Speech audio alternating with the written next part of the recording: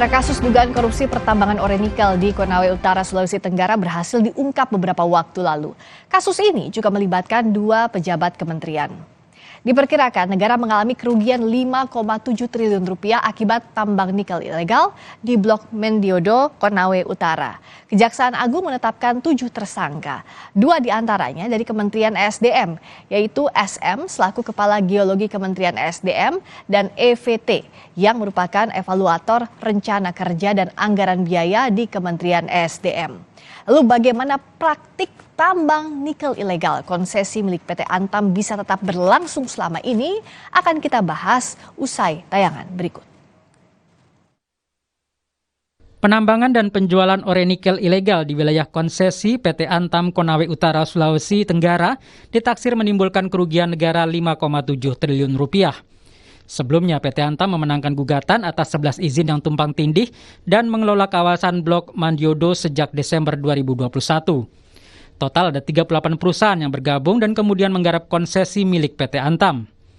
Namun PT Antam baru mengelola 22 hektar lahan karena 157 hektar lainnya belum memiliki izin pinjam pakai hutan. Nikel dari hasil penambangan di lahan ratusan hektar itulah yang dikelola dan dijual secara ilegal. 2 pejabat di Kementerian SDM telah ditetapkan tersangka dalam kasus ini bersama 5 pihak dari swasta. Kepala Kejaksaan Tinggi Sultra menyebut bahwa perhitungan kerugian berdasarkan hitungan audit BPK. Saat ini Kejati Sulawesi Tenggara juga meminta hitungan dari BPKP. Bulan Juni lalu sebelumnya kawasan Blok Mendiodo juga diprotes warga karena tidak memberdayakan warga sekitar. Tim Liputan Kompas TV. Bagaimana praktik tambang nikel ilegal konsesi milik PT Antam bisa tetap berlangsung selama ini? Lalu bagaimana analisis hukum terkait praktik tambang ilegal tersebut? Kita bahas bersama Koordinator Nasional Jaringan Advokasi Tambang atau Jatam, Melki Nahar. Bergabung juga pakar hukum pidana Hipnu Nugroho. Selamat malam Bapak-Bapak. Selamat malam Mbak Friska, selamat malam Mas Melki. Malam Mas Ibnu. Selamat malam, kami juga sudah mengundang perwakilan dari Kejaksaan Tinggi Sulawesi Tenggara, tapi belum mengonfirmasi hingga saat ini. Saya ke Mas Melki dulu. Ini kan praktik penyalahgunaan konsesi yang belum memiliki izin pinjam pakai kawasan hutan. Nah, bagaimana Jatam menganalisis kasus ini sejak awal? Kalau kita lihat kan PT Antam ini memenangkan 16.900 hektar blok Mendiodo di Konawe Utara. Iya, jadi saya kira kasus korupsi yang menjerat pejabat di Kementerian SDM ini sebetulnya bukan fenomena baru gitu ya. Bukan fenomena baru? Bukan fenomena baru sebetulnya. Dia kemudian menjadi viral begitu karena ketahuan begitu ya, karena kedapatan ada praktik tindak pidana korupsi dalam sektor pertambangan kita. Karena kalau kita bicara pola secara umum, sebetulnya kan celah korupsi ini tidak hanya terkait dengan RKAB seperti yang terjadi di Blok Mendiodo ini begitu ya, tapi di level pra perizinan, di perizinan, sampai urusan pembinaan dan pengawasan, bahkan sampai urusan penegakan hukum pun dalam sektor tambang itu sesungguhnya rentan dengan praktik korupsi. Yang jadi soalkan kemudian adalah apakah aparat penegak hukum kita mau melakukan penegakan hukum secara terbuka dan tegas begitu ya, lalu kemudian kalau bisa mau mitigasi atas seluruh potensi-potensi risiko tadi dalam berbagai macam celah-celah yang selama ini digunakan oleh para perusahaan-perusahaan ini. Nah, nyambung ke pertanyaan Mbak Friska tadi, saya kira apa yang terjadi di Blok Mendiodo ini kan bukan baru ya. Keberadaan tambang ilegal di Blok Mendiodo ini kan sudah sejak 2011 yang lalu, gitu ya. Jadi sudah muncul itu praktik penambangan ilegal di Konawe Utara, Sulawesi Tenggara. Gitu. Lalu kemudian sekitar 2014 kalau saya tidak salah ingat itu terjadi sengketa gitu ya antara PT Antam dan PT Karya Murni Sejati waktu itu. Itu persis di Blok Mendiodo ini. Gitu ya. Lalu 3 tahun belakangan 2017 itu si PT Antam ini kan dia menjalin semacam kerjasama operasional gitu ya atau KSO gitu dengan PT Labu Agung Mining itu. Jadi mereka berkongsi begitu dengan perusahaan daerah. Lalu si PT Antam ini kemudian menugasi PT Labu Agung Mining untuk menambang ore nikel di Blok Mendiodo tadi yang luasnya itu 3.000 sekian hektar gitu ya selama 3 tahun. Tapi kan kemudian muncul permasalahan begitu ketika ada semacam rekayasa gitu ya atau manipulasi terkait dengan RKAB dari perusahaan ini. Padahal tadi seperti yang dalam kasus ini jelas-jelas ilegal kan. Ya. Dan tiba-tiba ada RKAB-nya, kemudian dia bisa menjual ke pabrik-pabrik smelter entah itu di Morowali ataupun di Morosi Konawe Sulawesi Tenggara. Jadi ini yang kemudian saya kira aparat penegak hukum kita sangat kecolongan begitu ya. Nah, kalau dari sisi pidananya, Prof. Hipnu lihatnya kecolongan atau dibiarkan? Gini Mbak, memang kalau kita lihat kasus pertambangan, itu kayaknya ada potensi pembiaran. Karena apa? Sekarang ramainya itu sekarang. Karena kita lihat dari berbagai kasus kita eksaminasi kasus tambang, itu hampir yang kita ketahui itu abal-abal. Dan abal-abal itu sejak awal memang harusnya penegak hukum juga tahu, Kementerian SDM juga tahu, kan itu loh. Nah, permasalahannya yang kita lihat terbongkarnya permasalahan pertambangan, korupsi pertambangan itu karena pecah kongsi, Mbak. Ketika pecah kongsi akan buka semua. Tanya Mas Melki gini. Kalau nggak pecah kongsi aman-aman. Coba karena saling menutupi begitu ya? Iya.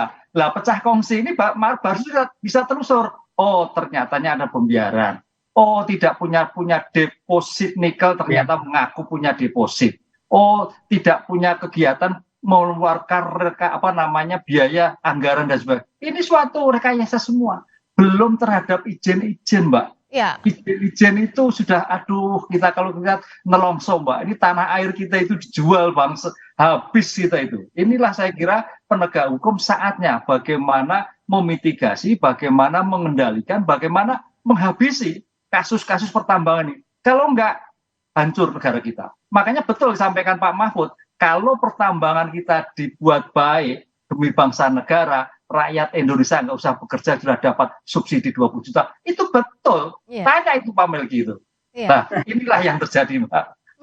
Nah, kalau Mas Melki lihatnya tadi izin pinjam pakai kawasan hutan, misalnya kita bicara satu dimensi dulu ya, karena bicara kasus ini kan ada beberapa dimensi. Secara aturan, prosedurnya sebenarnya seperti apa?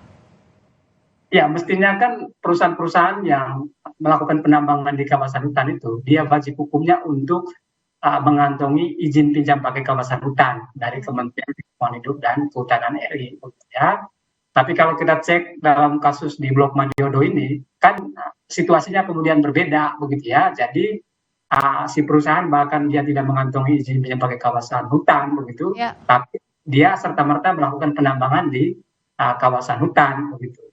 Nah, setuju sekali dengan Mas Hipnu tadi bahwa aktornya ini hanya ada dua kurang lebih gitu ya. Si korporasinya yang notabene pemilik perusahaan dengan si pemerintah yang punya wewenang atau punya mandat untuk mengatur urusan pertambangan ini. Kan yang tahu persis urusan RKAB kan hanya si perusahaan dan si pemerintah. Sehingga kalau terjadi praktik korupsi, mestinya dua pihak ini yang harus ditelusuri secara lebih mendalam begitu, aktor-aktor yang terlibat siapa-siapa saja. Jangan-jangan dalam kaitan dengan Blok Mandiodo ini, jangan-jangan tidak hanya dua orang yang terlibat dari Kementerian SDM gitu. Karena tidak mungkin hanya dua orang saja begitu ya kalau secara logika ini ya. Ya, betul. Karena mustahil begitu ya, ketika misalnya yang terlibat lalu kemudian ditetapkan sebagai tersangka hanya dua orang. Jangan-jangan ada aktor-aktor lain yang barangkali secara posisi dia lebih strategis begitu daripada dua.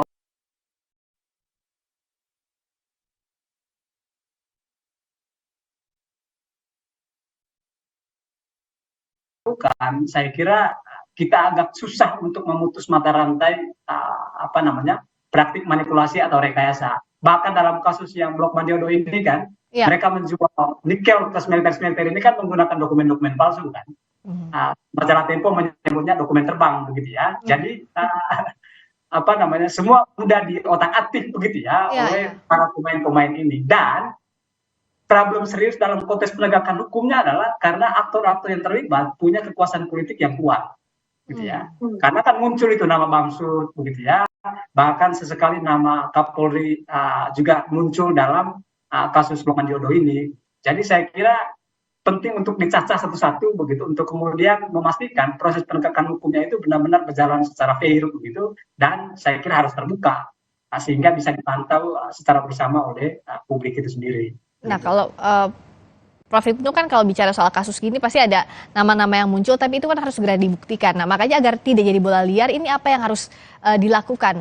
Pintu masuk penelusuran kasus ini dari mana begitu? Kalau Prof. Hipnu bilang kan lebih complicated kalau kita menyelidiki pengadaan barang dan jasa begitu. Secara logikanya mudah, tapi tampaknya akan ada banyak layernya, ada banyak levelnya di kasus ini.